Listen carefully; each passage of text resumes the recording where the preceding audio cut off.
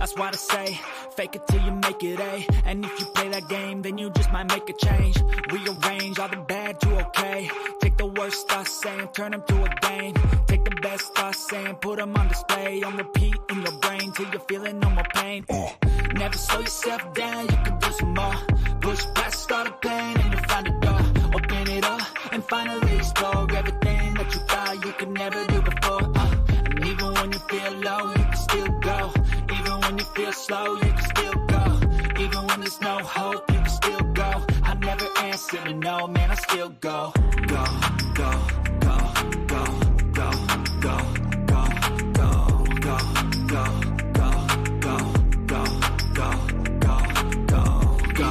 go, go, go. Even when you feel low, you can still go.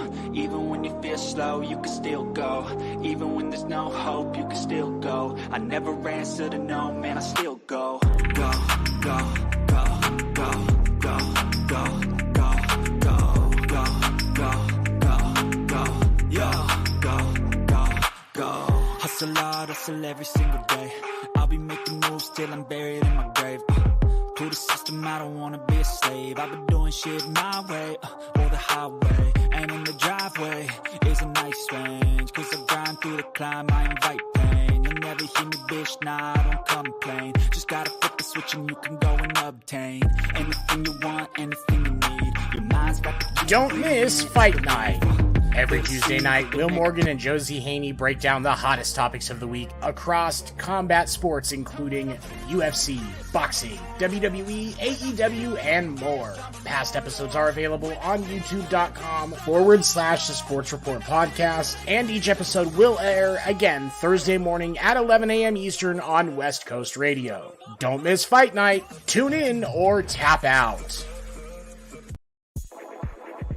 Put the kids to bed, put on your shades, and crack open a cold one during Sports Report After Dark with Seven and Dan the Dick Warner. You can catch After Dark Thursday nights at 10 p.m. Eastern on youtube.com/The Sports Report Podcast, and again Saturday nights at 11 p.m. Eastern on West Coast Radio. We believe that athletes are people too, and Skip Bayless is one of the lizard people. Don't miss Sports Report After Dark.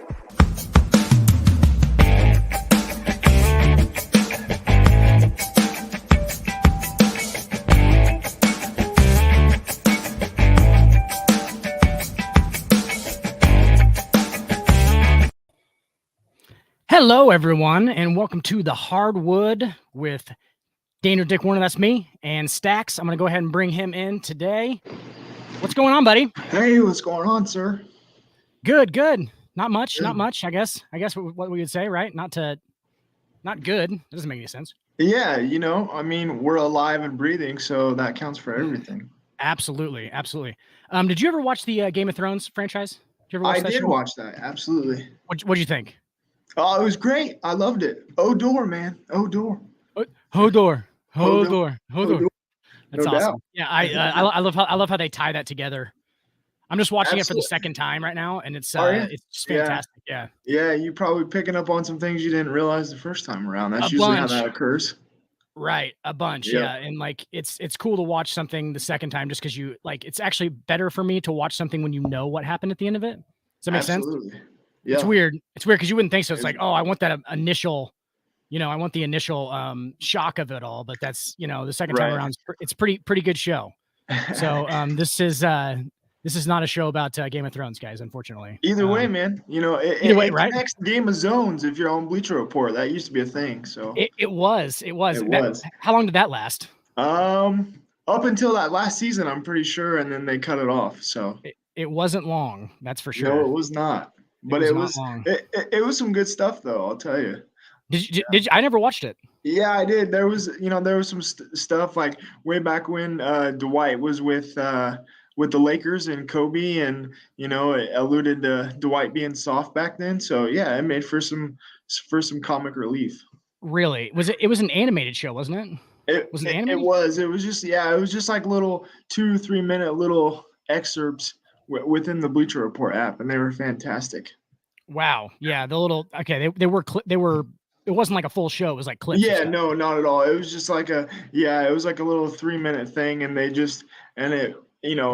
put NBA teams in situations that were similar to the show, and just kind of made a parody out of it. It was good stuff. Interesting. I'm gonna have to check those out because I knew it was on, and I like didn't even get the pun for a second because I don't think I had seen it. I don't think I'd seen Game of Thrones at that time, so I was like, Game of Zones. I don't understand. And like, absolutely. No, I get it. They tied it in. Gotcha. They did. We're gonna be we're not gonna be playing zone. We're playing straight man tonight. We're not doing that fucking half court bullshit. Actually, you know what? 1-3-1s in the NBA probably not that bad of an idea, especially if you're playing the Lakers. No, definitely not. You're playing the Lakers. Playing the Lakers. Yeah, especially with that offense. Just pack the zone. Just pack the square, and you're good because you're set. Nobody's shooting from out there. Not Taylor Horton Tucker showing up in the highlights again this week. Did you see that? Yes, he is. Yeah. His dunk. Where was that at? I can't quite remember where it was, but he's playing some ball right now. Like we said last week, a bunch of miscasts dudes, and he's out there playing. He's got a little more freedom. So right, that's what I'm saying. Is like, where was that with the Lakers? Never saw any of that. Yeah, no, and they were all over him. Saying he was supposed to be the next nice piece for him, but it didn't quite pan out. But I guess it's the Jazz that reap the benefits of that one. So I see a lot of like Tayshaun Prince. Yep, and him just with the long arms and everything. And we're also going to hit up. Just on that note, we're also going to hit up the best 3-and-D. Stacks made the greatest. I asked him last week, like on the air, to make like his top 5 3-and-D guys, and Stack comes out with the absolutely. I think it's an impenetrable list of. I don't know if you can touch that. I don't know. Yeah, I was gonna ask you, and I meant to text some friends today, but I saw on just kind of Googling around, people were putting honorable mention and even in their top 5, Klay Thompson. Do we categorize Klay Thompson as a 3-and-D? I don't think Klay Thompson is a 3-and-D guy. I agree. I was just curious what your thoughts were on that. I think he's a little bit more than he does a little bit more than just 3-pointers. In my estimation, and things of that nature. I just found it interesting that people placed him on that list in their top 5, and then also honorable mention as well. Well, that's going to be the hardest thing about it is because I think that you classified him really well because like they have to just like 3-and-D guy, like everybody who's watched the NBA probably knows like where that categorizes a guy. Like it's literally almost got to be like they play really good defense, and the only thing they really do offensively is shoot the 3. So like, you know who I would put as honorable mention, who's like kind of fits it now, is PJ Tucker. Oh, absolutely. Yeah. PJ, modern day, absolutely. 1000%. Right. So, especially what he did in Houston for sure, back with James Harden and those boys. Yeah, definitely 3-and-D for sure. I don't think that he would qualify in the top 5 though. I think that your top 5 is solid. No, not top 5 all time. No, but I mean, if we're talking, last few years, he's up there for sure.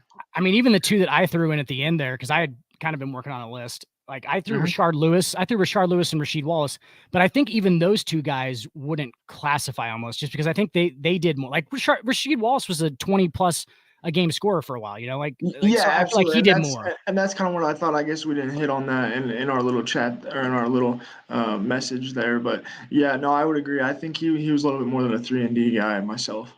And Rashard Lewis, I think, is a little bit closer because that's kind of all he was known for. But I don't know if Rashard Lewis's defense was that great. You know what I'm saying? Like I don't know if he always put 100% max effort. I'm trying to think. Maybe with the Dwight Howard Orlando Magic era, I could give it to you, but outside of that, I don't know. So let me tell you guys, this is Stack's all-time top 5. I wish I'd have made a little graphic for it, but we'll just read them out. And this is not in any order, but this is the top 5 3-and-D guys in the NBA history. So Danny Green, love it. Obviously, a couple championships. Was a huge glue guy piece on a lot of those championship teams. Shane Battier, love it. with his weird cornrow things in his hair. I told you about that. They're not his non-hair, like his crunchy head, or his scrunched up. Weirdest thing ever. Creases. Yeah, you're right. It was like a bulldog. You're absolutely. It's so on point strange. with that. Yeah, so like weird. What did he have? He had like head fat, like skull fat. Yeah, I guess you could categorize it as that. Super strange. It's very interesting.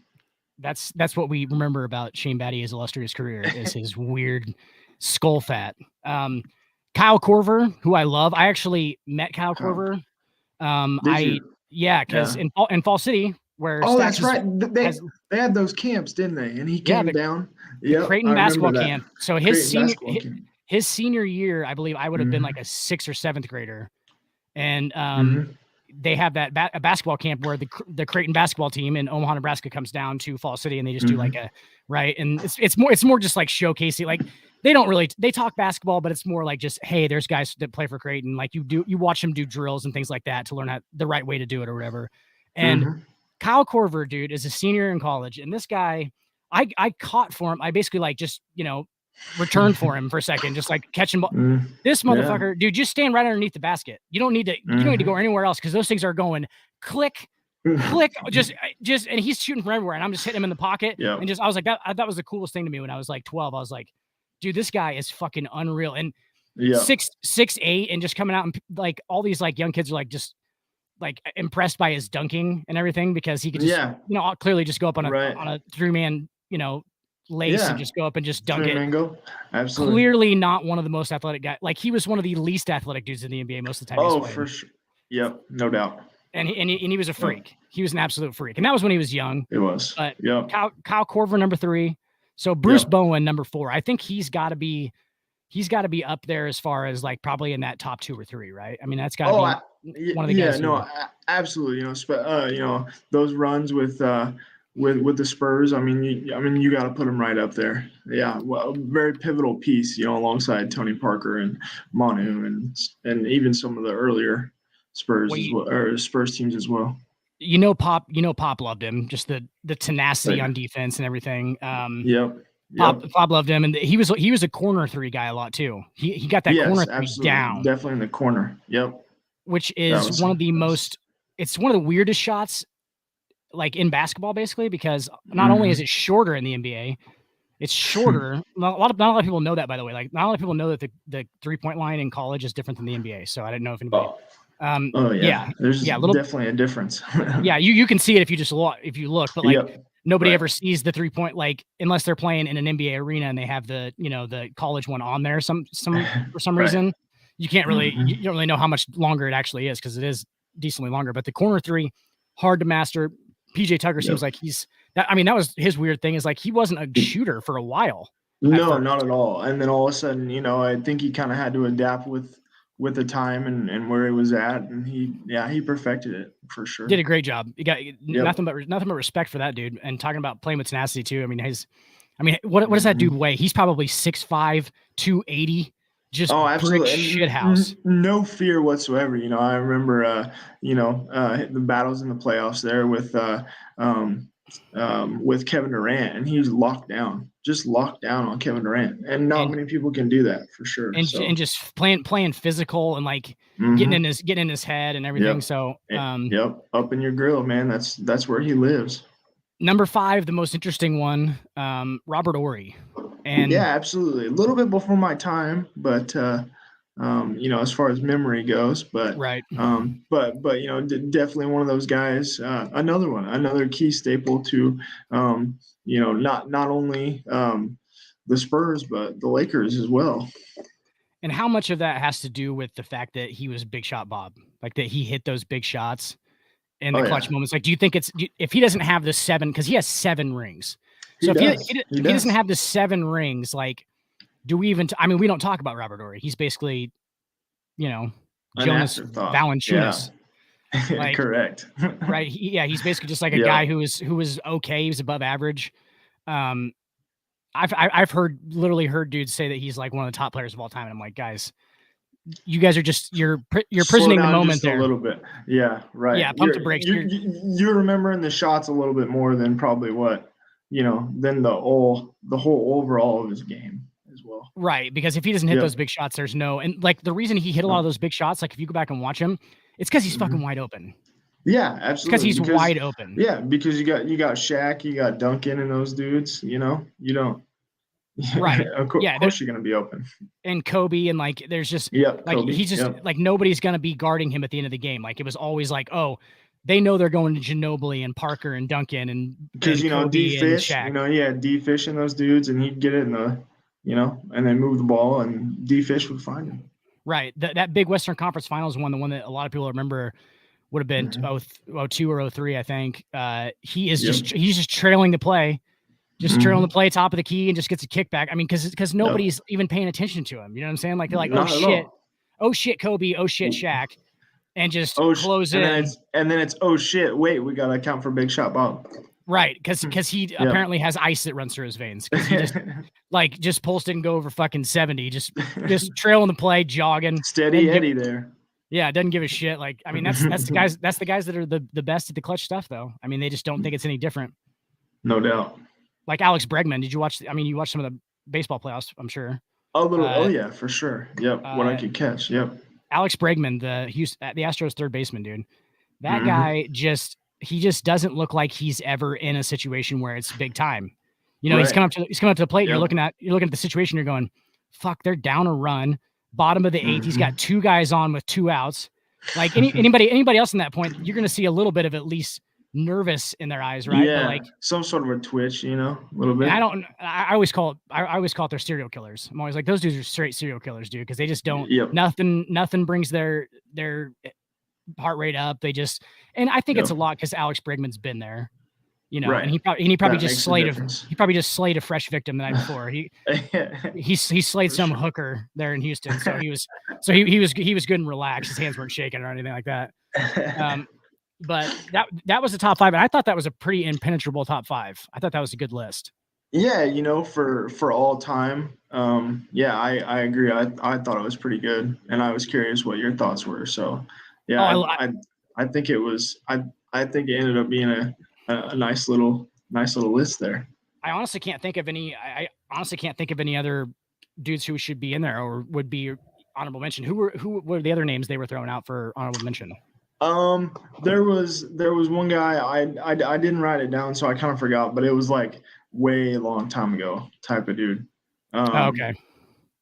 So I didn't write that down, but for the most part, the list that I saw, it was a lot of those guys, and it kind of, it reminisced. And then, like I said, they hit on some of the newer guys. PJ Tucker was in there, obviously. That they did mention that in one of the articles I read, and then honorable mention was Klay Thompson. So right, and fuck, you said a long time ago. The 80s is probably a long time ago for you. Yeah, no, it was way before that. I think it was like 70s or something like that. Tony, what's up, buddy? Tony asked, how long did the Nets tolerate struggling Ben Simmons before moving on? What do you think about that, Sex? Well, I'm gonna tell you right now. I had something come up over the old Instagram today, and it said Brooklyn Nets are growing frustrated with Ben Simmons' availability. So the coaching staff and players have been concerned about his availability and level of play, and kind of like what we talked about last week, question his passion for the game. So I mean, at this point, does he even want to be there at this point? Like, is there, or does he even want to play basketball at all? I think that's the real question, Dan. I think that's the question that needs to be answered. I think totally honest. That's basically what I'm saying. Is like, does he even want to be in any building, not just in the Brooklyn, which is a fucking dumpster fire. Let's be honest. Like that franchise is a dumpster fire now. Yep, it's definitely on fire. And then you also had, of course we had rumblings like this, obviously throughout the summer and then in through, the early part of the season. But there was also another report that said the Sixers have asked about Kevin Durant, which at this point, again, who hasn't? But at the same time, there was hesitancy because the Nets are a little put off because of the whole Ben Simmons thing, and because they feel like they were set up to give away James Harden in that deal. So really, what do you think they mean by that?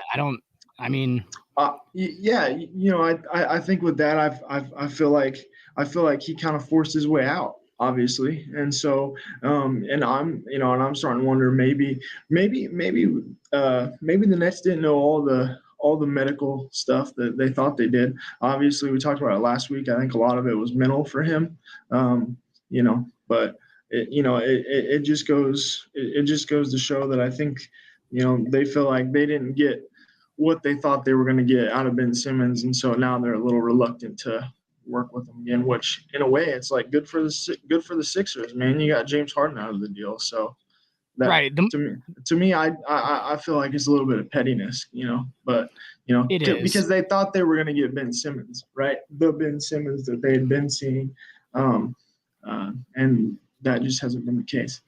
Yeah, and the more I think about it, I get what they're talking about with the setup thing, because they're just saying, like, they think that the Sixers knew more about, like, the whole situation than they were letting on. Absolutely. Yep. And Harden shouldn't have been a part of that deal if they would have told him the whole story, right? So, like, but that shit happens with every trade. With that shit everything.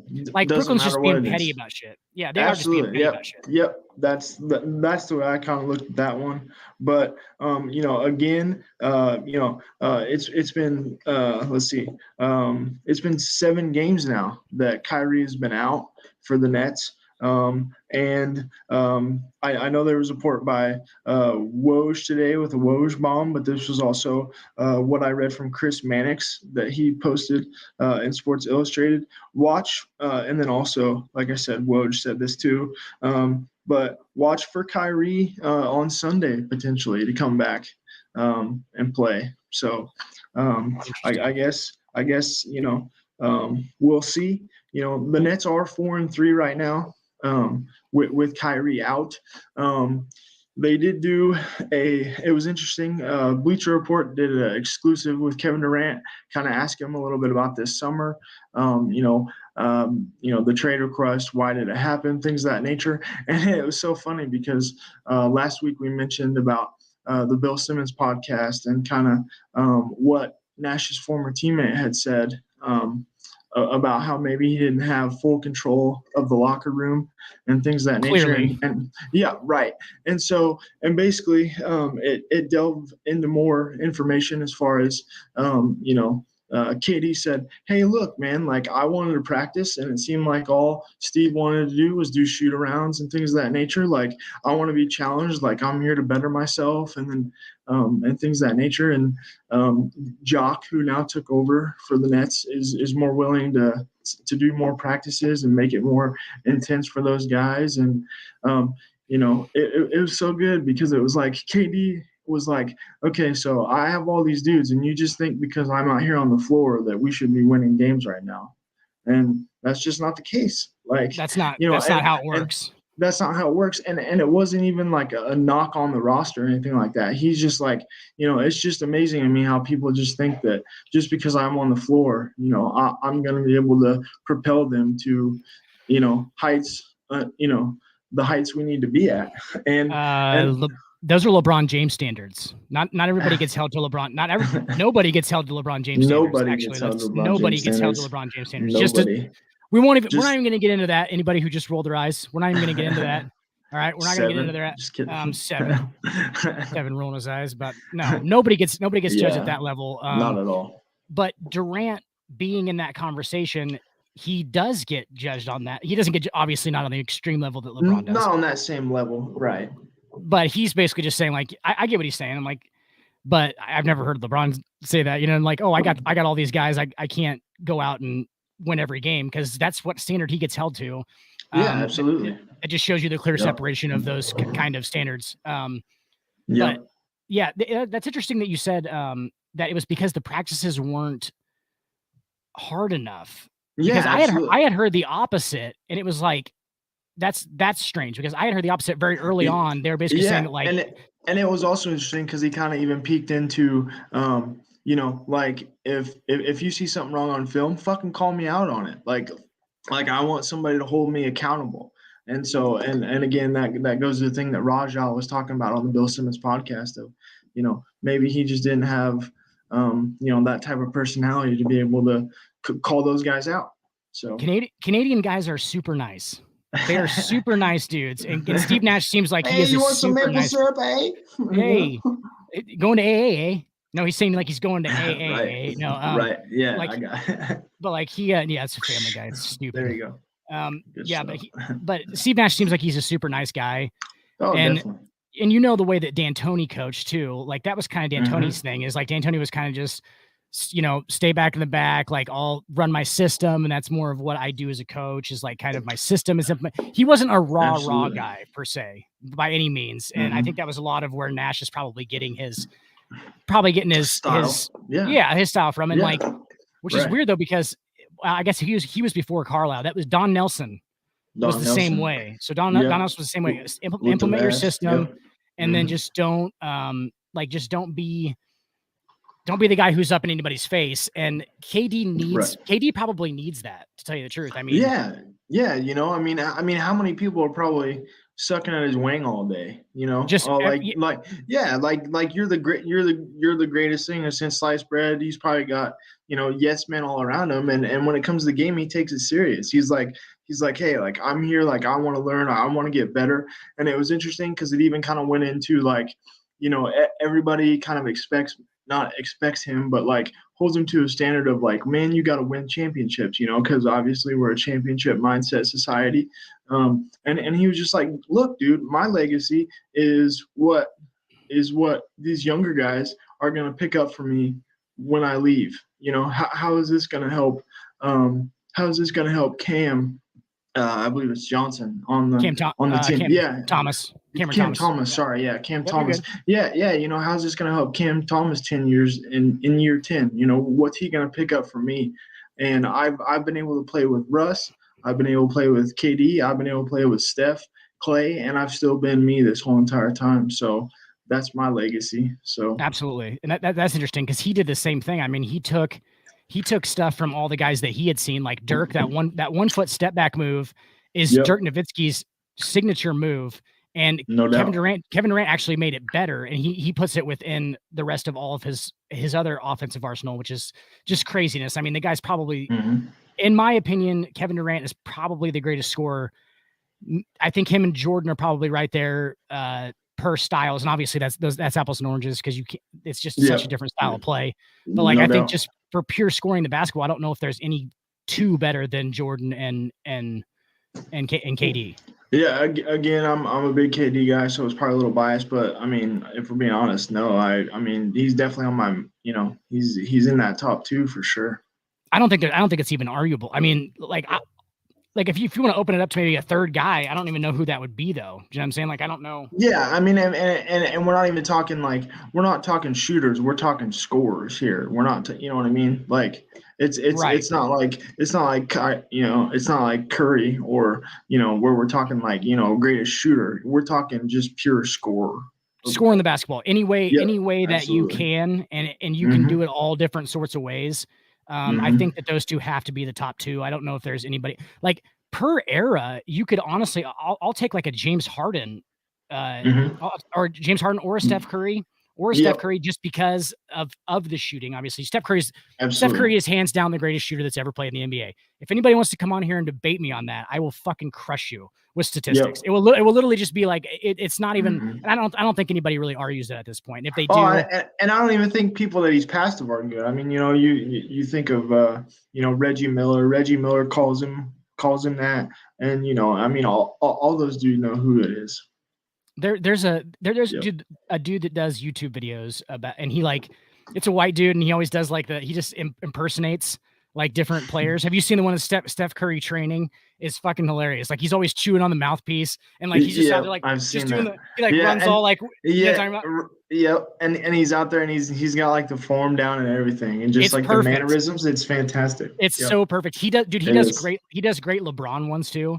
His LeBron ones are so fantastic. Those are fantastic. Like, the bowed out feet when he's running and shit. Like it's fantastic. That dude is fucking good too. Like he's really good. Yeah, and the amount of time you have to sit there and study that to be able to, and rehearse that, and Right. over and over.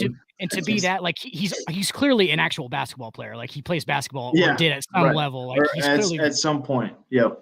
Yeah, and like to be able to have the athleticism to just copy that is fucking fantastic. On top of the fact that it's hilarious. Or like Russ, I think he's done Russ too, like Russell Westbrook, and some of that stuff's fan. Yep, that's good. He's done Kobe where he does that. He bites on the jersey, like he puts the jersey in his mouth, and like he's always down on his knees and shit. Yeah, that's great. We'll have to figure out what that guy's name is because we got to give him props. He's fantastic. Yeah, absolutely. I can't think of his name or what his channel's called, but I don't think he even puts his name on there. I think it's just like the video. Or what the channel's called itself. Yeah. Yeah, the video is just like entitled like whatever. But yeah, those whatever are great. The player is. Yep. Yeah, just go to like Steph Curry imitation on YouTube. I guarantee it's one of the first ones. Fantastic. Yeah, that guy's awesome. But yeah. No, that was a great list. 3-and-D guys. Cheers to that one. Yeah, you did a great job on that list. I just figured during this show, like, so I figured because this is our third show now. This is show number 3, but 2 with the second with us kind of going back and forth like this. Yep. And I was just thinking like per the style of the show, I've been thinking a lot about the philosophy that we should use, and I think, and I don't give a fuck if anybody else agrees with it. I think that since we're both kind of like we're very like NBA nerd style, like we like the statistics and we like all this. Like we just did our first segment. We just did the best 3-and-D guys of all time. Like some people don't even know. Absolutely. Like a general fan doesn't know what that would entail, right? What that is, what that takes to be. I figure we just take our strengths, which are clearly that we're nerds about it, and we just do nerdy shit. Like because my take on it is like there's somebody else is gonna had said anything that we're gonna be able to do like an honest, analysis over like. We do show once a week.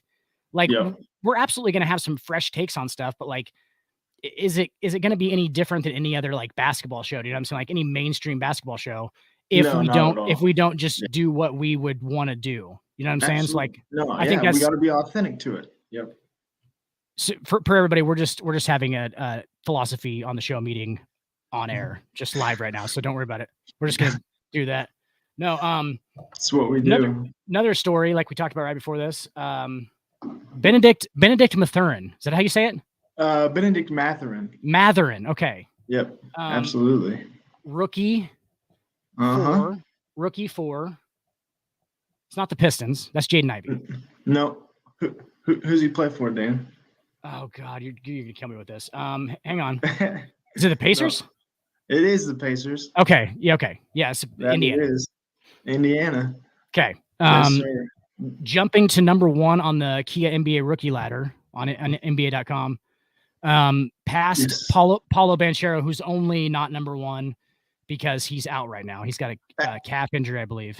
Yeah, actually, number 2 is Jaden Ivey right now. But yeah, Jaden Ivey, sure. Jaden Ivey would be number 2. Yeah. But Paulo hasn't been playing anyway. What have you seen of Benedict Mathurin's game that you think is put him in number 1 right now? Yeah, he's one of those dudes. It's to me, I think his shot has gotten a lot better since Arizona. He's been shooting the 3 relatively well. Granted, it helps that that you got those guards over there. Trying to think of what that old boy's name is over there with the Pacers. You got Tyrese Halliburton, Chris Duarte. Yep. Duarte and Halliburton. I meant Halliburton. Halliburton's a stud, by the way. But yeah, no, I think it's definitely developed. Granted, he's coming off the bench right now, so he's not necessarily starting. So I think he's able to get out there with that second unit and really be effective. And he can definitely drive it as well. But I definitely think his 3-point shooting is definitely developed since. And he is taking the bulk of the shots off the bench right now for them. I mean, he's just basically their second team go-to. I mean, he's the go-to guy. Absolutely. Yep. Yeah. Yep. 6'5" guard, like Stack said, from Arizona, was a one and done. Good. I mean, good look. Like he looks like he's older than 20 years old. He's only 20 years old. So he looks like he's a little bit older as far as like maturity body wise goes. For the NBA, which is a lot of these dudes' main thing is like they don't understand that like their skill set has to match them being strong. Like they have to be strong. Like it's a much more physical game than the college game is, along with being obviously a lot of other things that are more difficult. Like, but I think the number one thing that a lot of these young guys don't realize is like how much harder it is physically. And well, especially with the amount of games and everything too, Yeah, I mean, you're playing almost 3 times as many games. If you make it to the playoffs, you are playing 3 times as many games as you played in college. Absolutely. So that off the bat is just that off the bat's ridiculous. That's 3 college seasons in one. So and he hasn't played that much, obviously one and done. He probably played 27, 28, 30 games at Arizona. Yeah. So that jump, and it's so impressive because that jump from high school to college is huge. It's huge skill-wise in any sport, really, especially in the United States. And then college to pros is the bigger jump. Like you would think like you get a little bit closer to the pro game in college and things like that. Like the skill level goes up and it's like kind of close to playing in the NBA. From what I've heard from all these guys is basically like, that is not true. Like it is so much bigger of a jump from college to the NBA. It's not great. The speed. I mean, I've a few years back, I mean, granted, it's one thing to watch it on TV and obviously you notice it, but man, when you go and watch it live, I went and watched the Western Conference Finals in Oklahoma City, KD's last year. And boy, I'll tell you what, man, it takes 2 strides and Westbrook's to the hoop, man. Dude, I was just going to say that. I was going to say the same thing. I was like, when you see it live, it is so much different than what you think it is on TV. Because I actually think on TV, it looks like they're moving a little bit faster.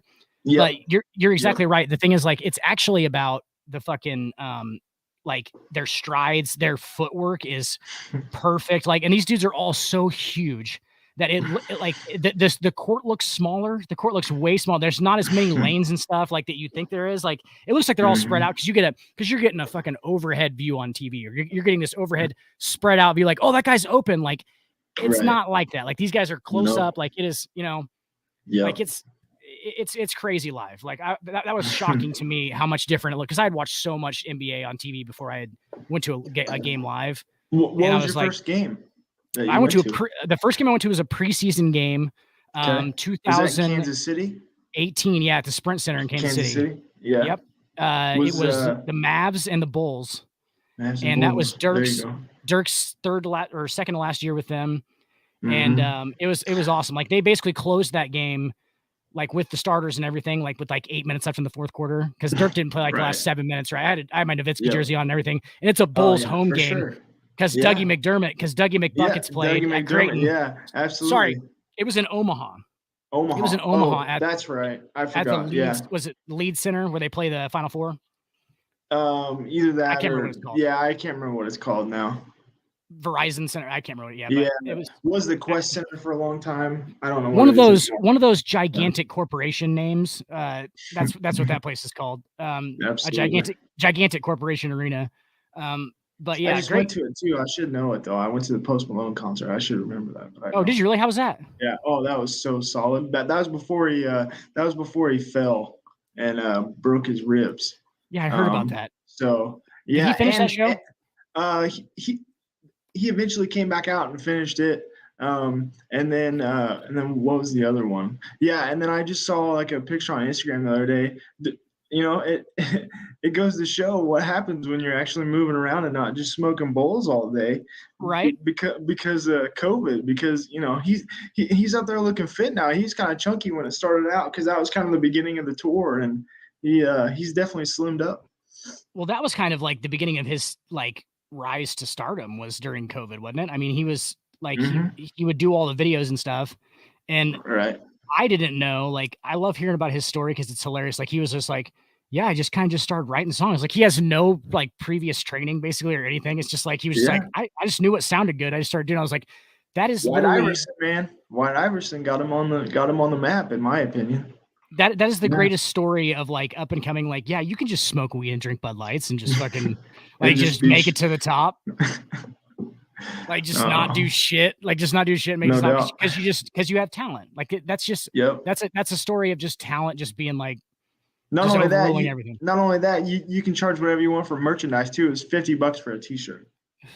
Absolutely, yeah. Just oh god, yeah, sure. and everybody's getting a cut of that across the board. No and doubt. everybody's buying one because you're at the show. Like it's a show specific usually, you know. So it's like, Yeah. oh, I was there. Absolutely, yeah. Right. Anyway. Yeah, no. Post Malone, and he does that weird meh thing with his voice all the time. Yep. Like Right. natural effects. That shit's natural awesome. effects. You know, he was just smoking bowls. Like, hey, this kind of sounds cool if I do this. Like, man, Oh, they were like, and it was right, and it was so great during the end too, because obviously we're in Nebraska, right? It's Omaha, but people are literally just, not only are women throwing in bras on stage, but they're also throwing in like big fat doobies, man. Just dudes. Yeah. And I bet the roadies after the show are just picking those things up and just smoking this shit. Like Post Malone probably didn't smoke one of your guys' joints, just so you guys know. I understand that it's obviously a move of respect. It's like the old respect move. I understand that, but like he ain't smoking none of your weed, guys. He's got his shit from Colorado, Arizona, where the fuck he's going. Yeah, Cali, whatever. He's got the pick of the litter. I'd be scared as shit one of them was laced with something. Not gonna lie to you. I'd be like, that's what I was gonna say. Yeah, probably has PCP in it. Yeah, I was gonna say you can't trust that these days. No, probably has PCP ever in it. For that matter. Yeah. Definitely. But I mean, don't tempt me with a good time. Like to smoke some PCP from time to time. No, but Dan's always down. I'm always down with the PCP. Did some right before I got on the show. You guys can't tell. No, I just pick up my desk and flip it over. No, we're gonna go ahead and we're 45 minutes in already. It didn't seem like 45 minutes. It did not. I'm gonna go ahead and run some ads here real quick if I can figure out how to do it. I'm gonna run some ads real fast, and we'll be back in probably about 2 minutes. So let's do some. Hang tight, kids. We'll be back. Hang real tight there, kids. Wrap up your Monday with some laughs. Make sure to join Will, Seven, Dan the Dick Warner, and Josie as they dive into the hottest topics of the week across sports, including baseball, basketball, and the NFL. You can catch the episode live Monday nights at 10 p.m. Eastern on youtube.com/The Sports Report Podcast, or Wednesdays at 11 a.m. Eastern on West Coast Radio. Don't miss the Sports Report Podcast. Don't miss Fight Night. Every Tuesday night, Will Morgan and Josie Haney break down the hottest topics of the week across combat sports, including UFC, boxing, WWE, AEW, and more. Past episodes are available on youtube.com/The Sports Report Podcast, and each episode will air again Thursday morning at 11 a.m. Eastern on West Coast Radio. Don't miss Fight Night. Tune in or tap out. Put the kids to bed, put on your shades, and crack open a cold one during Sports Report After Dark with Seven and Dan the Dick Warner. You can catch After Dark Thursday nights at 10 p.m. Eastern on youtube.com/The Sports Report Podcast, and again Saturday nights at 11 p.m. Eastern on West Coast Radio. We believe that athletes are people too, and Skip Bayless is one of the lizard people. Don't miss Sports Report After Dark. That last show, Sports Report After Dark, Thursdays, 10/9 Central. Dun, dun, dun, dun, dun, dun, dun. Tomorrow, catch it. Tomorrow, catch it at 9 Central for all my Nebraska peeps out there. Yeah, I don't think there's many people. I don't think else. there's many people from Nebraska watching the show. But if you are, comment and we'll give you a shout out and we'll talk about fucking Nebraska Football Fest this show. I don't give a shit. It's my show, Stacks. It's our show, so we can talk whatever the fuck we want. No doubt. Yeah. I should probably at some point. I should probably just throw the keep Mickey. That's what I'm saying right now. I mean, we're going to do this 45 minutes in, parental advisory. Better late than never, I always say. If they didn't get that point, they're probably tuned out already. You know what I'm saying? Like they got it eventually. It was like, they can say whatever they want. Yes, we can. It is true. We will. So, and that is also for the Sports Report or After Dark as well. And for that matter, the Sports Report. I would hope that a lot of young kids aren't watching our show. Like, I actually hope that they're not, just for influence purposes. Oh geez, if I had children, I don't think I'd want them to listen to it either. So I think Tony makes his son watch. I think he sits him in the room and says, "Hey, this is punishment for the week." Fair enough. You have to watch me do all the. You just from my side though, you can't hear anything else that's going on. You just makes him sit there and watch. I'm just kidding. Tony doesn't do that. He might. I don't know. Better than taking the cell phone away. So hey, why not? Right. You mean the lifeline? That's Absolutely. Yeah. The lifeline. I feel weird without a cell phone sometimes, if it's dead or something, like Yeah. 30 minutes into it charging. Or if it's like not in my pocket, man, I feel naked. I'm like scrambling, man. Right. It's so integral to like what we do as people at this point. Like you didn't ever used to have that much access to other people or information. And I don't think it's a great thing, but like it is what it is at this point. Like it is what it is. It's unfortunate, and it's just an unprecedented thing at this point. We don't have any experience for dealing with this. Like for people's development and everything, we have no idea what any of it does to us as people. We do know that it's going to cut down. Like it's hard for people to have face-to-face conversations now about stuff. Like I feel like it really is. Especially the younger generation, no doubt. Absolutely. Like I feel like they don't want to like just talk to somebody to their face. Or they don't know how. They don't know how, Dan. Yes. Yeah. And like let's be honest. Like I don't like particularly enjoy talking about issues that I don't want to talk about face to face with somebody. You know what I'm saying? Like, but I've always had to do it. I've always just done it, and like that's just part of like a skill that was innate. Right. Because you had to. Yeah. Like we used to have to. And like that was very early in our lives though. If you think about it, like we've had this amount of cell phone communication for basically our entire adult lives at this point. I don't know if it was as much as when we were younger, but like, we basically just had to do that. And like, that's like us being like the old guy, like, like, oh, when we were young, and like, it really did change a lot though. It really changed a lot in the last 10 years. I mean, shit, when I was in middle school, it was the Motorola Razor.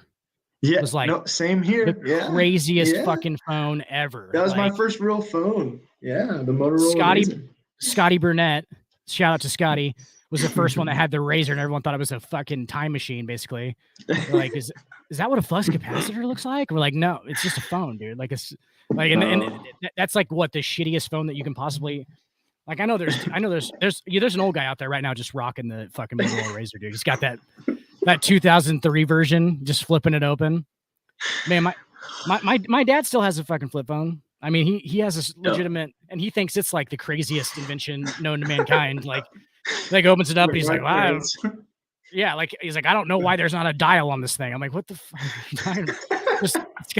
Yours has numbers for buttons. Like it's still got buttons on it. Like it's just like a cordless phone, man. Just dial this stuff. And I don't get mad at him though, because I know that I did it first. I was like, God damn it, dude.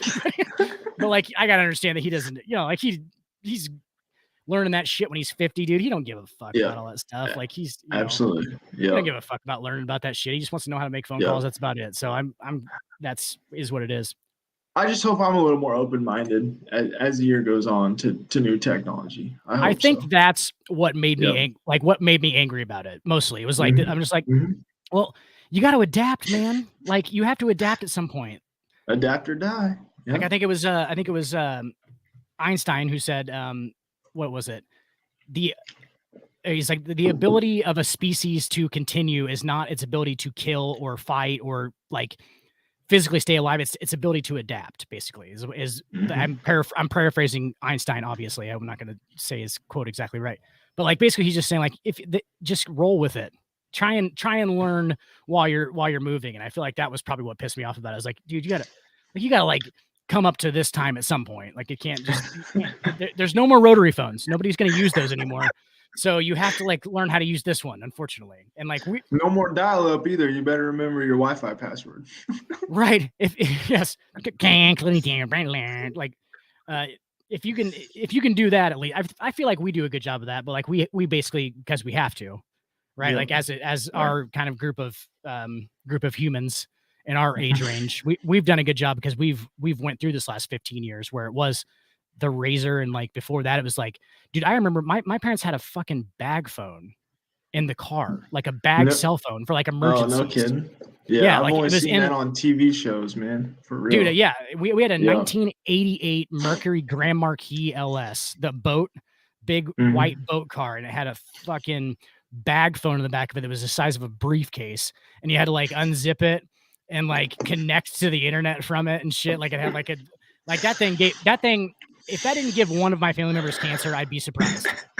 Like at some point, it's just gonna come up, and I'm just gonna be like, "Yeah, dude, I got fucking melanoma. It's gonna be from that fucking bag phone that was just putting off intense amounts of X-rays into all of us." Here's the whole your time sign. Yes, just riding in the car with a goddamn MRI scanner, basically. That shit's ridiculous. Yes. Sir. Anyway, this is an NBA show. It is. Whatever we want to talk about. That it is. No, Benedict Mathurin coming up.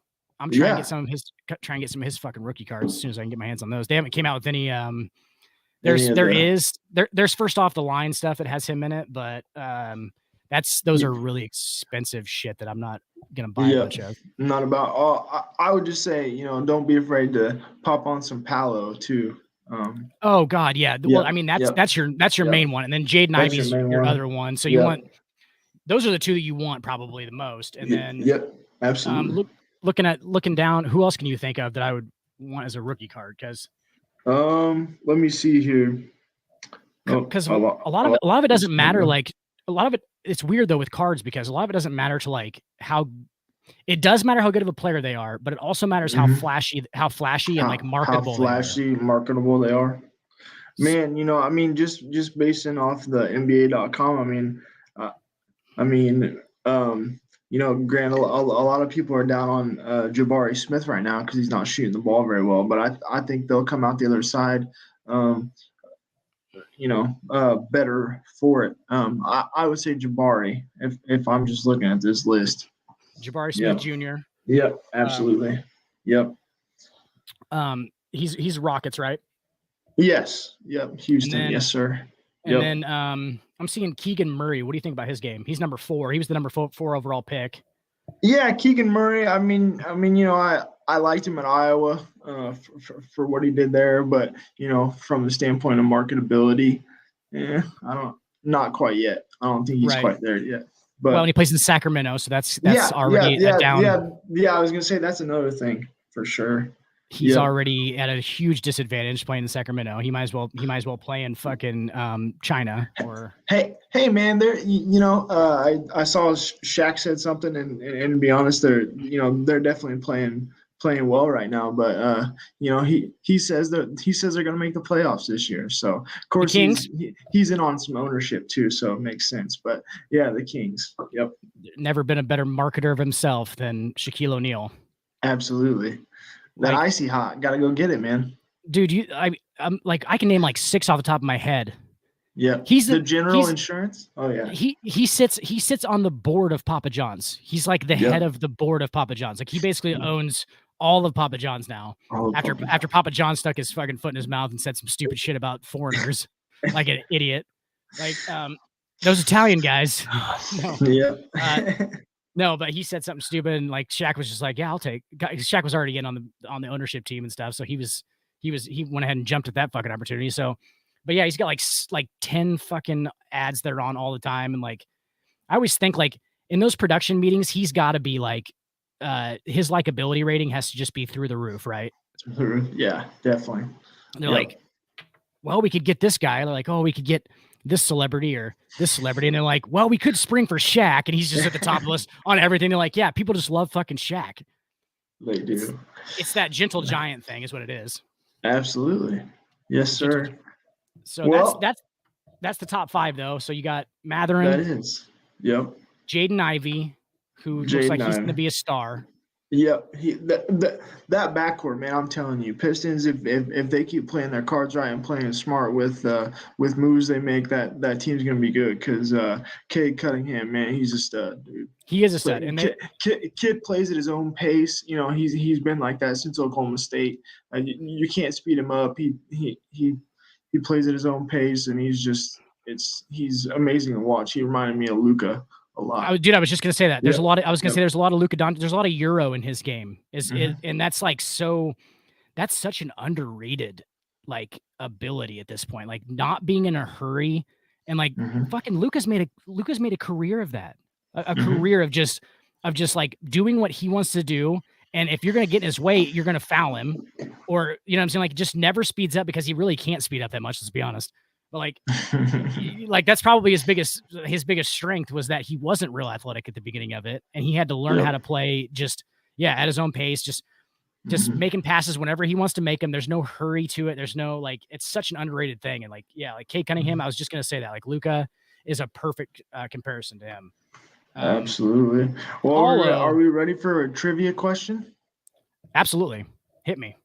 So there's 4 of them, 4 teams. Can you name the 4 highest scoring benches this season? There's 4 of them. Okay, I'm gonna go with the theme, and I'm gonna say that. Okay. I'm gonna go with the Pacers. Is that one? Yeah. They're number 2. They're doing 42.7 for points off the bench. That's number 2. That's number 2. Yep. Oh man, Golden State. Not Golden State. Not on there. Not on there. Not Golden State.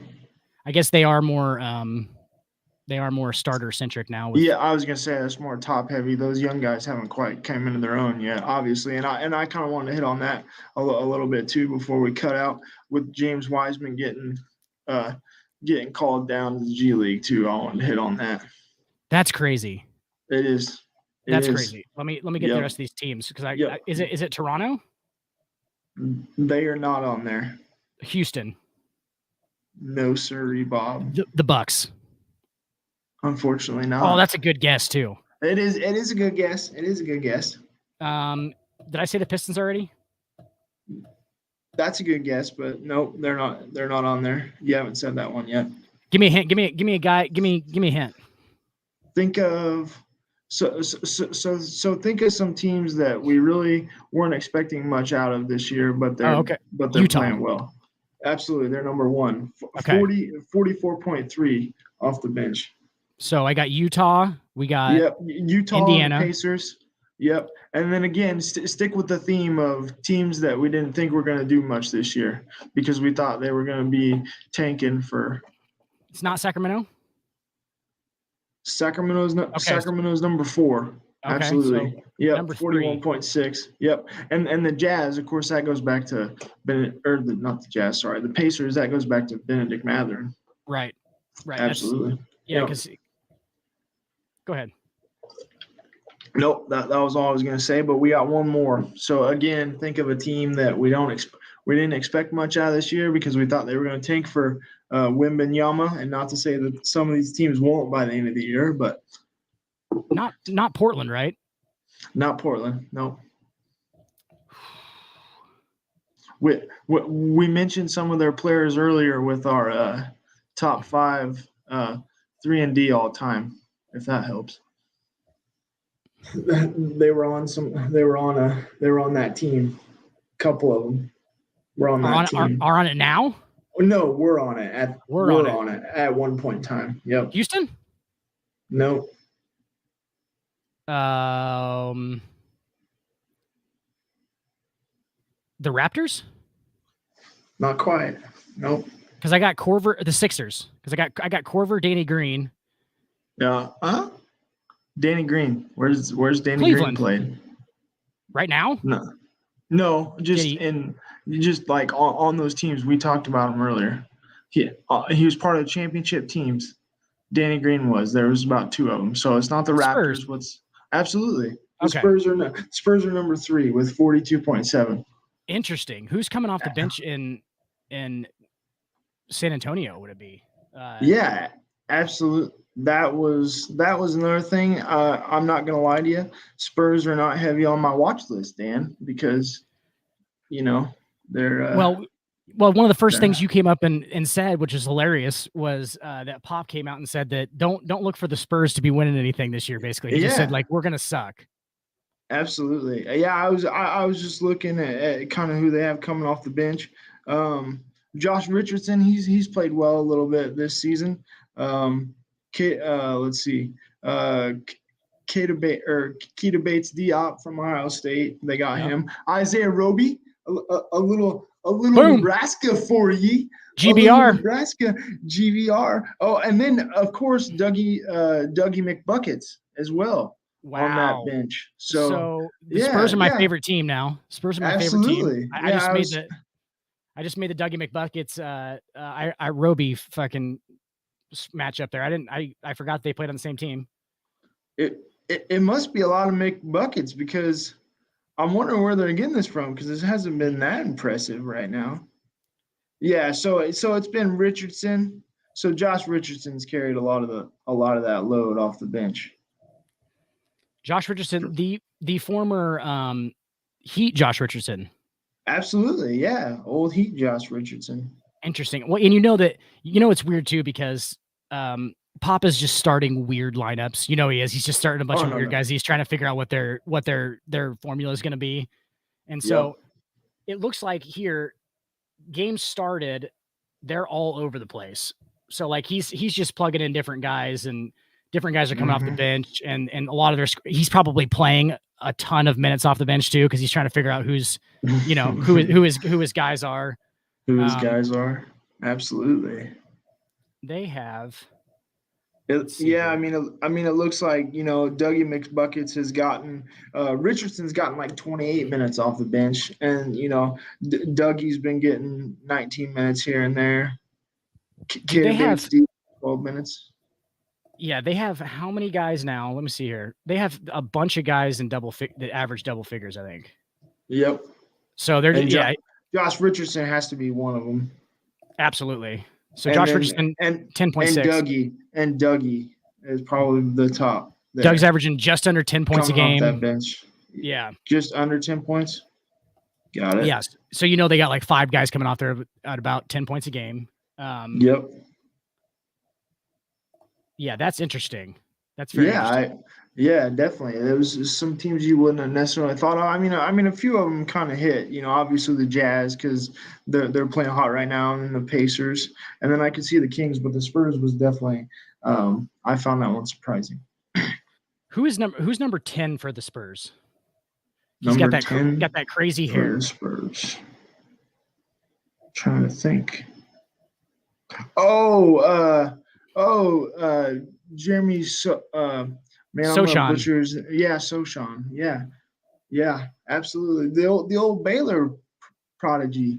Yep.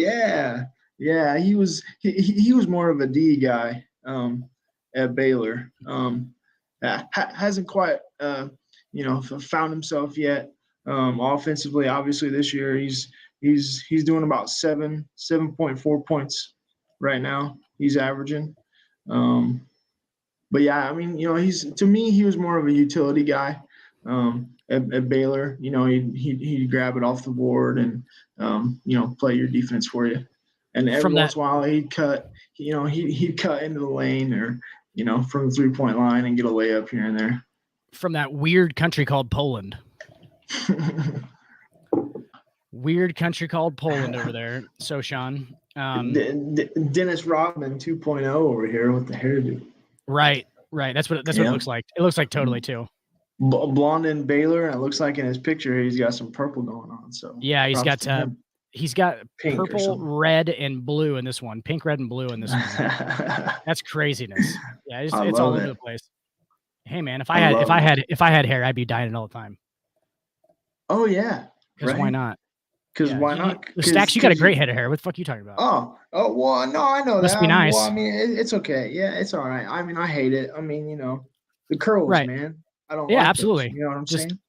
Thanks, Angie, if you're watching this, you bitch. Thank you for these curls, you whore. Anyway, love you, Mom. Dude, don't speak to your mother like that. No, Stack's mom was awesome. I talked to her at the casino. I talk to her at the casino all the time. She works at the casino. She's my second home. So Angela. Old Angela. Yeah. Old Angela. She's the old trusty plow horse. Hey, can you give me a Coke? Sure, Dan. I'll be right back. No big deal. Can you give me a beer, Dan? Sure, I'll be right back. Yes, just always there with the beers and the Mountain Dews. She's always right on the money with it. Man, James Wiseman of the G League, though. 2 years ago, he was number 2. Man, 2 years ago, he was drafted number 2 overall. What do you think his game just? I've always just thought his game doesn't translate. It doesn't translate very well to the NBA. I was big on him coming out. I mean, granted, it was a small sample size at Memphis, but I mean, I thought for sure, just given where he was at with Golden State, I thought it'd be easy buckets. I mean, all you gotta do is, and it was interesting. I wanted to bring it up just from that standpoint because I know I talked about in the group chat how I thought, he's gonna be like DeAndre Ayton and he's gonna get a bag because I mean, literally all you gotta do is set a screen and roll, and you got wide open. You're wide open all night long, but yeah. So apparently he's only been making. And this is thanks to our boys with the podcast. Anyway, he's only making 56% contact on his screens. So 56% of the time he's making full contact on screens, which is not very good at all. Especially in that offense. I found that to be an incredible stat. Obviously, that's a weird one. You don't hear that very often. But when you're only making contact on 56% of your screens, I mean, he's just whiffing. Ahead. He's just whiffing on entire. Yeah, he's just whiffing, and and it's just interesting. I kind of thought, during the summer we saw him. I think he averaged about 10, maybe 8 points a game. He was looking good in the summer. I thought maybe, something was going to happen coming in. But, it feels like they've completely given up on him. I mean, I haven't, but, just from the way it looks, some of the insiders around Golden State, it just doesn't look good for James here. But it was interesting because Jordan Poole, he was one of those G League guys that came up from the G League. And so I kind of found this quote interesting. He says, I've been telling Wiseman, hey, look, man, this isn't a demotion. This is not a punishment. I'm telling him to go down there and take 50 shots, man. Be aggressive, get techs, hang on the rim, do all that shit. Just so you can understand what it takes to be at the highest level. That's such a great quote. Absolutely. I mean, just go down there and just play like you played in high school is basically what he's trying to say. Absolutely. Yeah. Like we're playing a game right now. Like you need to get back because he's kind of inferring there is that James Wiseman's in his own head. Absolutely. Which has got to be easy to do when you play in Golden State. I mean, the couple of things there for him, like how much is that does that injury? He missed all of last year. So how much does that injury? How's it affected him? Absolutely. How does his chemistry within this team work? Because he's clearly not going to be a focal point. Oh, no, not at all. But again, that's why I thought, he'd be a nice little piece, off the bench for him, maybe even in the playoffs, I thought, just from that standpoint. Because, I mean, honestly, you have an easy job. I mean, look who you're playing around. You're playing around Draymond, Clay, Steph. I mean, and again, that kind of alluded to my point of like, man, literally all you got to do is set screens. And then when I heard that stat of like, he's only making contact on 50% of his screens. And it's like, man, that's your one job. It might come down to his personality too, Stacks. It might just be the fact that he might be one of those guys who can't just come off the bench and be ready to go, because there's definitely we've definitely seen cases like that before where the guy has to start or has to at least get up shots to start, because he's going to be fucking struggling to get shots if he's not going to be getting offensive rebounds and doing the dirty work kind of stuff. And he just might not be that kind of guy right now. And I think that's what Jordan Poole is inferring with that quote. He's saying, hey man, go down there, learn how to play, learn how to play that type of role. And be able to do that guy that's able to do the dirty work and be able to go down there and do all those things and play without fear, basically. Right. I think that, his personality just might not be that. And honestly, he's probably going to have a change of scenery. Unless the Golden State, which none of us really would see happening, unless the Golden State thing just basically, kind of just gets dismantled and he's still there for some reason. He's not going to be like, so the best thing to do for him and the Warriors at this point is probably to move him. But right now, you're not going to get anything back for him. If you just G Leagued him, you're not getting anything back for him. And they obviously somewhat believe in the guy, because they would have got rid of him before sending him down to the G League. They would have just got rid of him. Yeah. And got what they could. Right. Yeah. I mean, just from what, kind of what I've read and what's been reported, it just kind of seemed like, they'll keep Moody and some of those younger guys before they keep Wiseman if this kind of continues. Right. And Kuminga. And Kuminga, yep, absolutely. Yeah. Which I think those two are going to be. I have hope for Kuminga as well, but Moody's been playing well this year. So in his limited minutes, he's been playing well. So that's some good stuff there. A couple of statistics that stood out to me. The Golden State Warriors winless on the road. Absolutely. 0-7 on the road this year. 0-7 on the road, man. Whoa. Mm-hmm. Right? How much of that is just them understand? I think at some point, yes, that's a championship hangover. Probably the most meaningful championship to those guys that they've basically had, because I feel like the KD years kind of made them feel like, okay, well, maybe it was a lot of KD, and like, you know what I'm saying? Like maybe they felt underappreciated, honestly. Yeah. Because it was a lot of KD. It was a lot of KD. I agree 100%. And I think that's kind of what they alluded to last year on that run is like, hey, man, look, we can do this. Like, we can still do this. And they proved it without KD. I think something that we don't ever look at, and think about this, like I'm sure you've thought about this before. The Warriors team, KD got a lot of shit for going there and winning his first 2 titles. And people said that he couldn't have done it without the Warriors, right? How much do you think the rest of that Warriors team, Steph Curry obviously being the pinnacle of that, thinks the opposite way? How many people do you think they think that those 2 titles, after they won 70 games and got beat by LeBron James and the Cleveland Cavaliers in 2016, and then they come back and go back to back, but they had KD for that back to back after that? So Absolutely. how much do you think that Warriors team thinks about that? The reverse side of that. You know what I'm saying? Like, okay, people think that we only won those last 2 because of Kevin. Right. And then they just got this one last year that kind of solidified the fact that obviously that wasn't the case, right? So like, correct. Yeah, that wasn't the case. Clearly they should have won. Like that wasn't a fluke the years before that. Absolutely. And then kind of the hangover off of that, you know what I'm saying? Like they went, oh shit, we finally did it. Like we finally did it. Showed everybody that we didn't need KD, and now it's just like, fuck. Like they just don't want to work that hard anymore. Like that's natural. Well, but then again, Dan, I mean, you got to think of the era that we're in, and we all know when play gets ramped up, it's obviously going to, come playoff time, I think they'll be ready to go. Right. I think it's just a matter of picking your nights. And we talked about this last week. Like a lot of these teams that we're seeing that we didn't expect to be good really aren't going to be good. Right? No, they're not going to be. It's just this point. No. They're playing as a team. A lot of them are very young, so every game in the NBA is very important to them. The more veteran teams always struggle at the beginning of the year because they know how long of a grind it is. So like these young guys are sprinting already in the 2 mile. They're sprinting.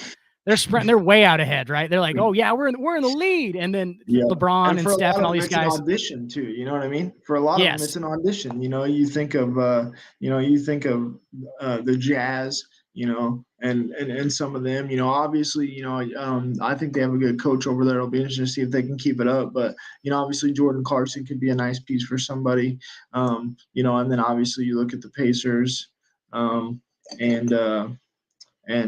they have some pieces as well that could be moved too. So in the Pistons, it's an audition. It's an audition. And if you're a young guy, I mean, you're just obviously you would think all these guys are going 100%, unless you're just like already stamped in, which there's nobody really, unless you get to the generational type talents that are just in immediately. Like there's no way. Again, it goes back to the point of learning how to play the NBA game. Right. Just like we alluded to earlier. Yeah, and because it is so much different. It's so much different and so much at a different speed, and everybody's fucking good. Like everybody is good. Like there's not guys that you can just pick on. You're not playing South Dakota State when you're in, you know what I'm saying? Like you're not going to play South Dakota State and get dudes out there who clearly can't guard you. Like every team has a player that can clearly fucking guard you, and they're going to. And they will. And that's not a hit on South Dakota State. You have a great program. No, they got it. Yeah, absolutely. But Duke and South Dakota State's going to be a fucking bloodbath because there's just going to be dudes who just clearly have the advantage. There's going to be it's just going to be a fucking nightmare. And that's not going to happen in, where you play a half and you score 26 and then you're done for the rest of the game because you're up 15 and it's 30 and it's over. There's not going to be those kind of games. It's just every night you have to come out and you have to bring it every night. And you got those guys are all sprinting in the 2 mile. They're all out ahead. And then you got guys like LeBron and Steph and KD. They're already solidified. They're just in the back like, hey, guys, I'll be up there at the end. Like, you guys go ahead and you can celebrate as much as you want. I've been here in this 2 mile for a long time, and I'm always at the front when we finish. I was gonna say, when it matters, I'm here. You know what I mean? So they're gonna be sprinting the last 200, and these guys are gonna be like, oh shit, I got nothing left. And like, but that's all part of the process. I mean, that's all part of learning. Absolutely. And and it's a great point there, Dan. Like I said, it goes back to what we alluded to before with just how different the game is. Stacks, best player in the NBA right now. Best player in the NBA right now, man. It's got to be. Oh man, it's got to be Jason Tatum right now. I was gonna say that the only two answers. Jason Tatum right now. The only two answers I think are actually acceptable are Giannis and Jason Tatum, and I think that and this is going to change like week per week. I think. Oh, obviously. no doubt. So absolutely. I think that Giannis is probably. I mean, Giannis, in my opinion, if I was just going to say like who's the best, I'd probably say that Giannis still is. Right. But Tatum's right there, and that's fucking crazy, dude. Like this guy has really come up, not quickly because it's taken him not a second, but like he's taken the same route that a lot of the other these guys like have taken into that top 2 or 3 in the NBA type status, and he's he just seems like such a good dude though, and it's right, and it's like a not to say it's on the same level, but it just seems he's got that a little bit of that Kobe mentality in him too, which I admire a lot. So I think he does for sure. I do. Yep.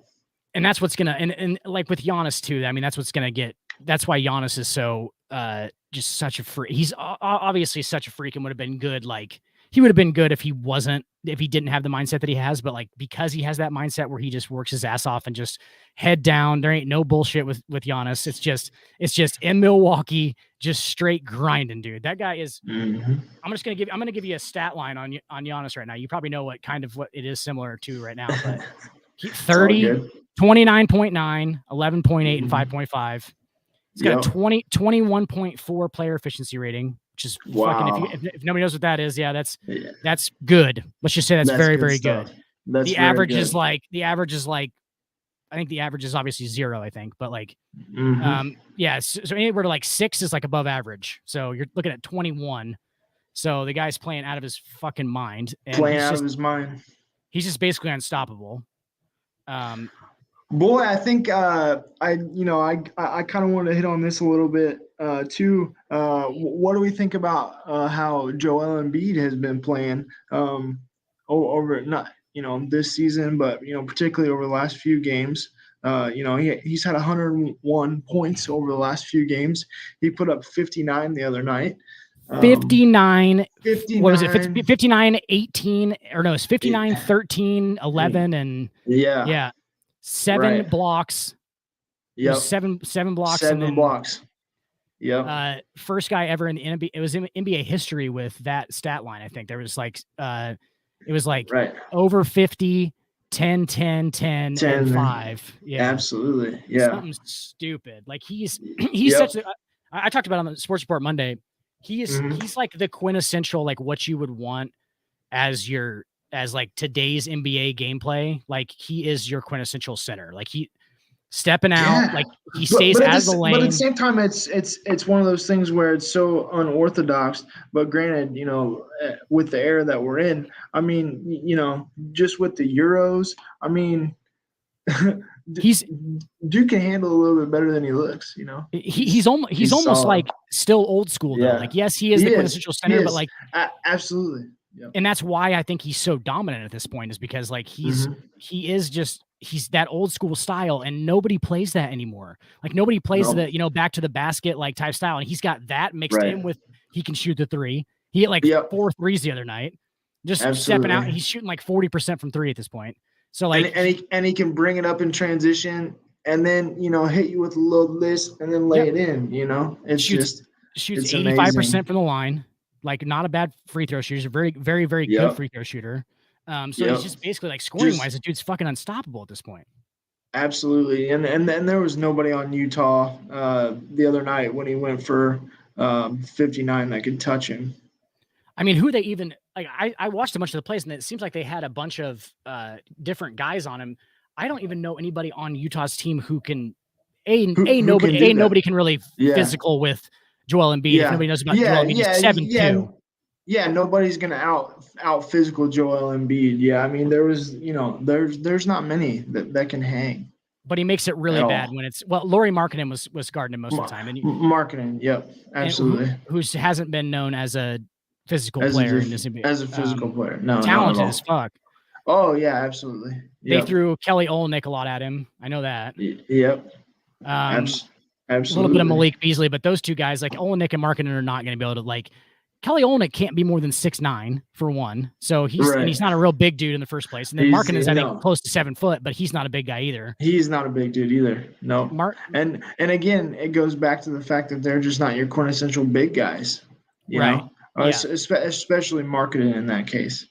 Yeah, Markkanen's 7 foot 210. So he is that's like Dirk Nowitzki body build type of just skinny as shit. Like beanpole.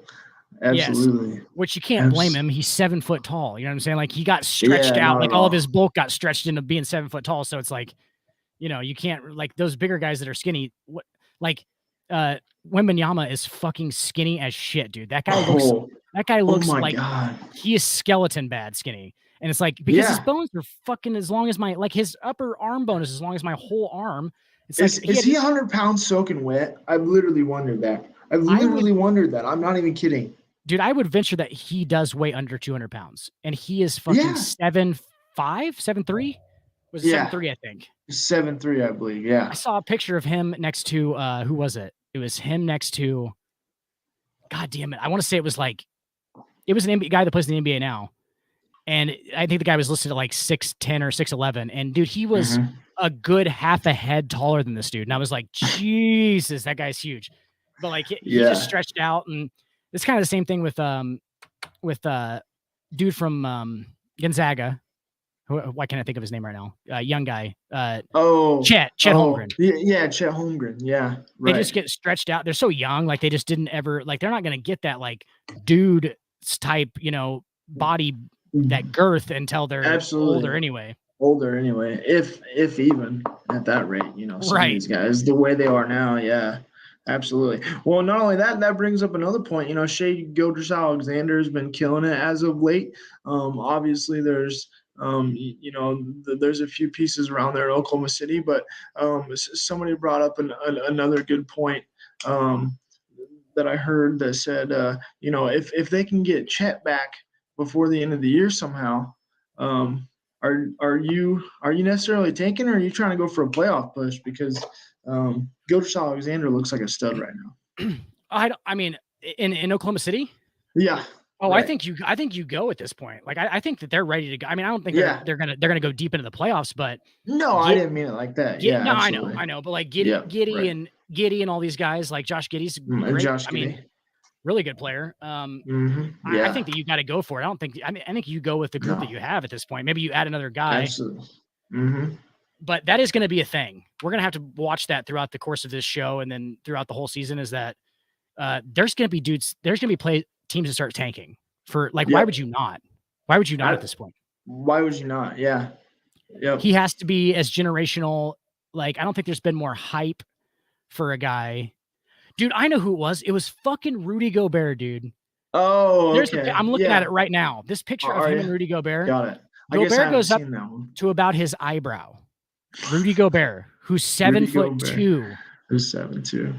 Goes up to his it's about right here is where Rudy Gobert's standing to him, and they have him listed at 7'2". Rudy Gobert's taller than 7 foot tall, and this guy's clearly over his he's clearly about 2 to 3 inches taller than Rudy Gobert, which is crazy. That's nuts. Skinniest dude I've ever seen, possibly. It's like I said, literal beanpole.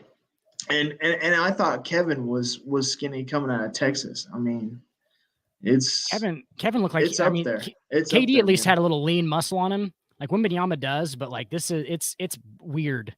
It's weird. He looks like Gumby. There's just no definition. He looks like just like sticks hanging out of there. That's fucking crazy, dude. Yeah, but Duke can shoot. He's the real deal.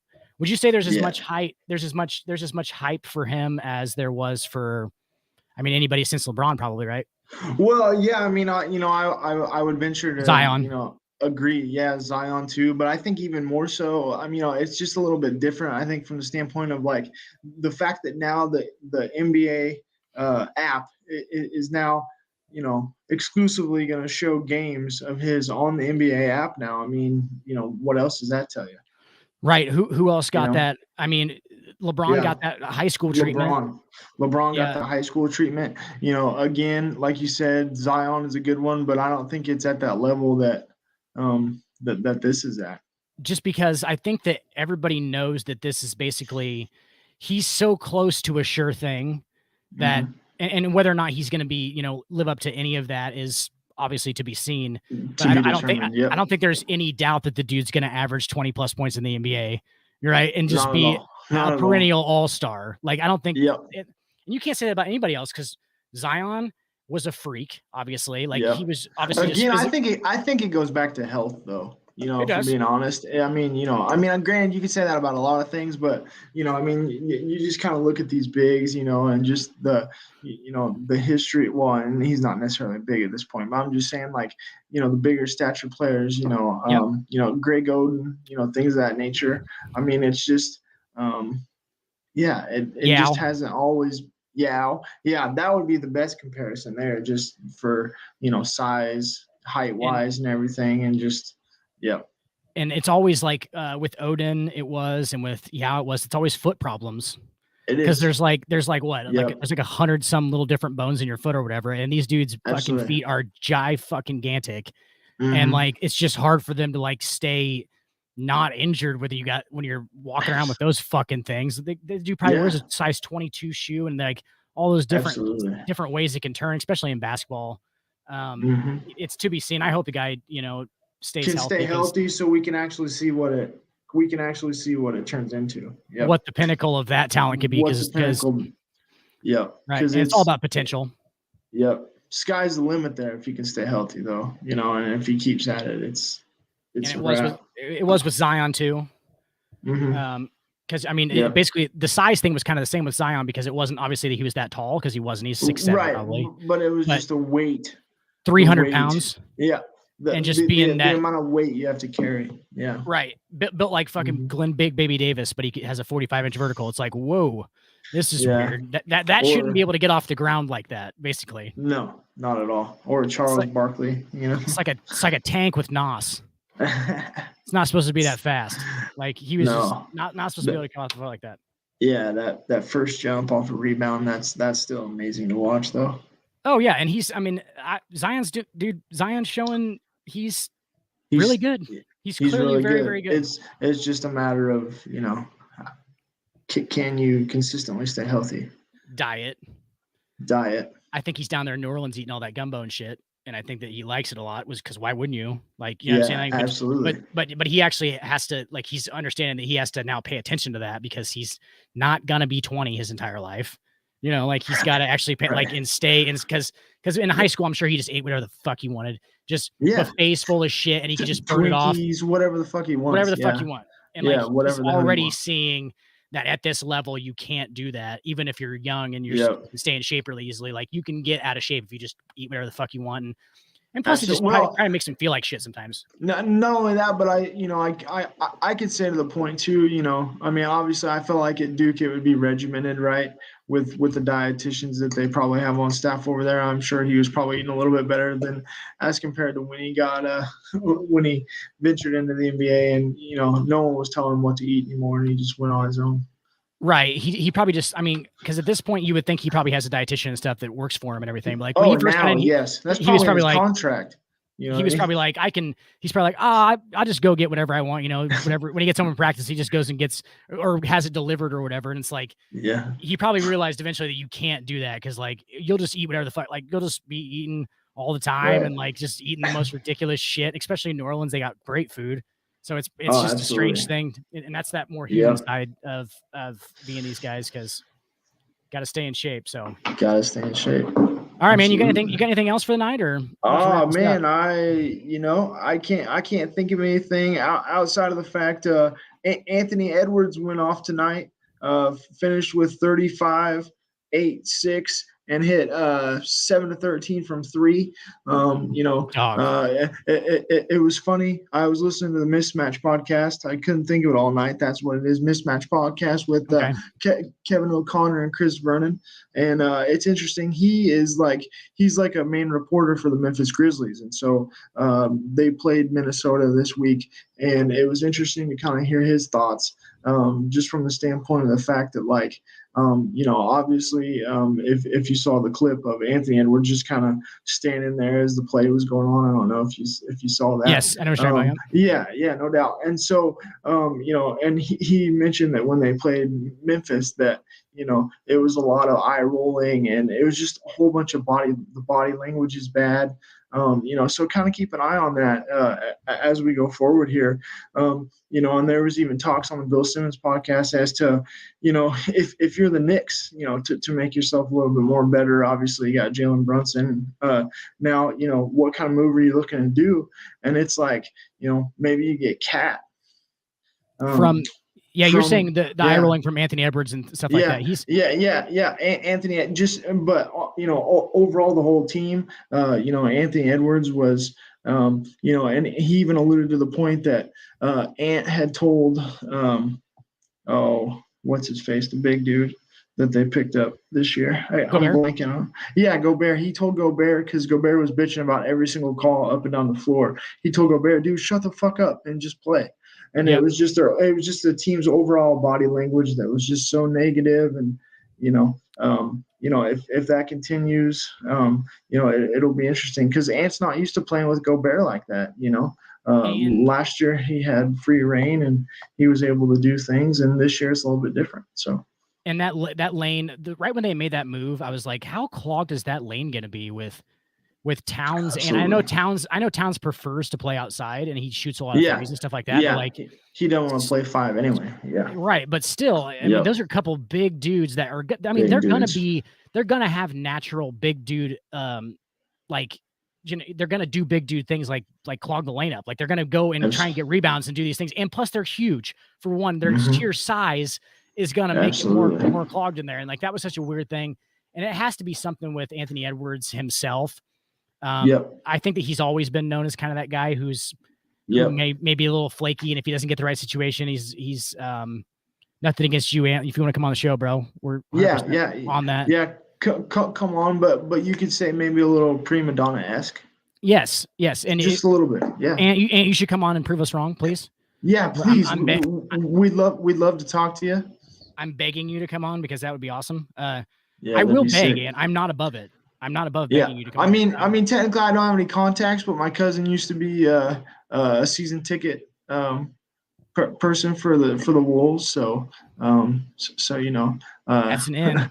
That's an in. Hey, man, absolutely. I met Kyle Korver when I was fucking 12. So, I mean, that's an in, right? That was only and the only in he has is Jamal Crawford held the door open for him to the arena. That's the only in I got. I caught balls for Kyle Korver and just threw him back to him. I feel like that's even more. So, I feel like we're on I was 12. Absolutely. Yeah, I feel like you should have his number, Dan. What the hell? I don't think I even had a cell phone at that point, but if I did, I would have. I would have. I just would have been sending text messages, just ridiculous shit all the time. Like, hey, Kyle, you want to hang out? Like, real creepy stuff. Just real creepy shit. He'd be like, this guy's fucking weird. He just blocks me. My in is done. Yeah, I'd still be doing that. What am I talking about? Not when I was 12. I'd still be doing that. Like, hey, Kyle. Hey, Kyle. Kyle. Hey, Kyle. What's going on? Just send him a picture, like selfies of myself. Like, hey, Kyle. Be like, in Omaha, bro. This is where I saw your game at. He'd be like, this guy's fucking weird. Yeah, but no. Basically, what I was getting at is just let's keep an eye on the Wolves going forward. Speaking of keeping an eye on things, last thing. LeBron James, the LeBron watch for points all time. Absolutely. That's gonna be a second, I think, because he's still got he's got 1,000 left to go or something like that. But he does. He is somewhere in that range. Let's see how many he's behind here. There's actually a thing on NBA.com. One of the main things is so he is 1,076 points behind Kareem So barring injury, he will break that record by the end of the regular season.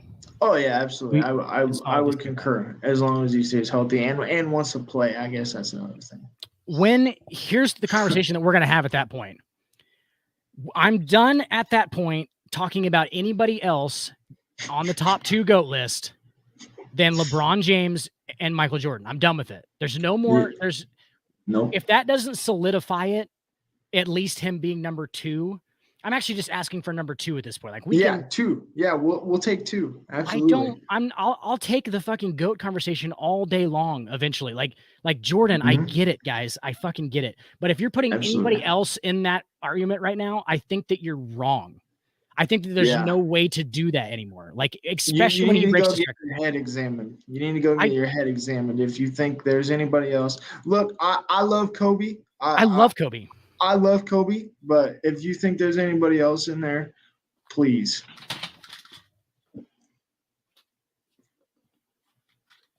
Got that. Yeah. Got that Kobe Lower Marion jersey there. Lower Marion jersey, absolutely. The old high school jersey. Yeah, show the love. I saw that. Yeah, so I mean, love Kobe. I gotta bring in my Kevin Durant autograph ticket stub. I gotta show that on the show one of these days. You do. We can it's absolutely. It's from his rookie year with the Sonics. Jeez, that's awesome. Yeah, that's fucking amazing. I love that kind of shit. It's dope. Yeah, it's awesome. I got the authentic the game worn Derek Thomas jersey back here in the case. Back there over the head. Yeah, absolutely. I see that. Yeah, so I got a lot of memorabilia stuff. We can do a show and tell. Let's do that. And you've seen the card. Look at this. It's all cards right there. Yeah. Those are all sports cards. Yeah, it's just like piles and shit. They're everywhere. Danger man when it comes to the card game. They're everywhere around me. It's fantastic. I get to do a kids thing for a living. I get to collect sports cards and like do it for my job. It's fantastic. It's like the greatest thing ever. I'm envious. It's also just like a lot. Like it is just there's so many. It would be a lot. So many, and just like, and how many of them are just not worth anything is fucking. I was gonna say the little intricacies of like how much is this worth, and people always telling me like, oh, I got these, I got a bunch of baseball cards. I got so many of them. I'm like, unfortunately, it's really not about quantity. It is 100% about quality. I don't care if you have 60 pounds worth of baseball cards; they could be not worth the fucking cardboard they're printed on, and in which case they're just book weights. Like I'm trying not for book weights. Like I don't have that many cards like as a quantity wise. I really don't. Like I have a lot. Yeah. It's in the tens of thousands, but like it's not like a lot of people have like hundreds and hundreds that like rooms full of them. And I'm like, that's dumb. I would be giving them away at that point. I'd be like, this entire fucking palette right here is not worth anything. I'd be like, I'm just giving away boxes of shit at that point. Like I'd be like, no, it's not worth shit. Yeah, you're becoming a hoarder at that point. Yes, you're hoarding them for no reason other than hoarding them just for no reason. Way. Yeah. Just to be in your way. I mean, that's honestly why I give you guys cards. Sentimental value for real. The ones I give you guys are usually worth something, but like a lot of them are like literally, I'm just like, hey, they like this team, and I'm okay with like getting rid of this huge stack of cards because it's like just like bulk. It's in my, you know what I'm saying? Like it's a lot. So, absolutely, it'd be a lot. Plus, I get to give you guys cards, and people people who don't collect cards usually like to see like some random one, like, oh yeah, I like this team. And right. I get joy from that joy. So. But yeah, guys, we will be here next week, same time, 9 Central. Will we be here next week? We will be here next week. Will we be here next week? Okay. What is it, the 23rd? Oh, it is Thanksgiving. 23rd. We will not. It's Thanksgiving week, I guess. Yeah. Sorry, guys. Yeah, when is Thanksgiving? The 26th? 25th. 25th. So it's that Friday then. No, is it the 24th? Hang on. Stand by. You're fine. It's on a Thursday then? I'm just trying to I really don't know. Thursday. Yeah, I believe it's a Thursday. Okay, so it's the next day. So we probably will not do the show next week. So that's my fault, guys. That's a Thursday. No big deal. I was just clarifying. No, you're myself. Good. I'm glad we got it figured out and everybody knows. Cool. And so we will be back on the 30th of November, Wednesday at the same time. Thank you guys for listening. Stax, you got anything else? No, I do not. Check out your podcast tomorrow. Sports Report After Dark.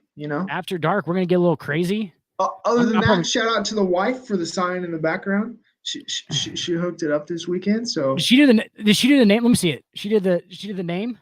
Yeah. Ooh, I like it. That's awesome. She did the name with the hashtag. So shout out to the wifey for hooking it up. You got to get it a little bit closer to the here. Hang on. Let me see if I can. I'm gonna full screen it and see if I can get. Oh, I can see it now. All right. If you got it full screen, you can definitely see it. I just have mine in a little box. So I couldn't see it. Yeah, it's hard. Yep. Oh, sweet. Sure. I got it now. No, it's good. It looks great. Yeah. Yeah. Shout out to the wife. Shout out to, and what's her name? Teresa. Yeah. Teresa. Shout out to Teresa Stacks. Shout out to Teresa. I'm gonna call her Teresa Stacks. That's her last name. Hey, why not? Yeah, she might as well just change it. Shit. At this point, you're just gonna make it be that. You're like, no, it's Calhoun. It's Calhoun. Yeah, it's Calhoun. It's Calhoun. I demand that it's Calhoun. All right, man. For sure. All right, enjoy your holiday. Yeah. Have a good one, you everybody. Too, buddy. Happy holidays, everybody. Hell yeah. Let me find this song real quick. I gotta play her. There it is. But I just slide right by that energy. Even when you feel low, you can still go. Even when you feel slow, you can still go. Even when there's no hope, you can still go. I never ran, sitting no, man, I still go. Go, go, go, go, go, go.